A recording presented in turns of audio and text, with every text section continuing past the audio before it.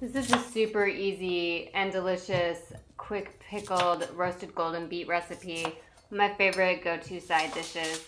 So you're gonna take off some of the stems, not all of them. If you leave the stems, it still leaves a little bit more moisture during the cooking process. Wrap them up tight in aluminum foil. You could also do this in a tight baking sheet, or you can even boil them in water if you don't want to use your oven. But I like to roast them in the oven, and then I put them on a baking sheet, and then that's lined with aluminum foil. I know a lot of aluminum foil here, but it makes it easy if they leak sticky juice that you don't want to clean up later. You're going to slice an onion any way you want to slice it. I used a mandolin. And then I'm going to add a little bit of salt to the onion and a little bit of vinegar, and that sort of just speeds up the pickling process with those. And then usually I use red onions because they're just vibrant and the contrast is really beautiful, but white onions work too. So those went in the oven at 425 for about an hour, and I'm just checking to see if they're fork tender. This isn't fork tender to me, so I'm going to put them back in for another 15 minutes.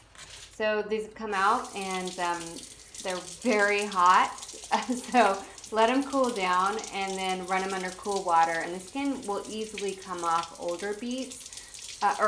They'll come off younger beets, but if you have older beets, you might need to get a knife or a vegetable peeler.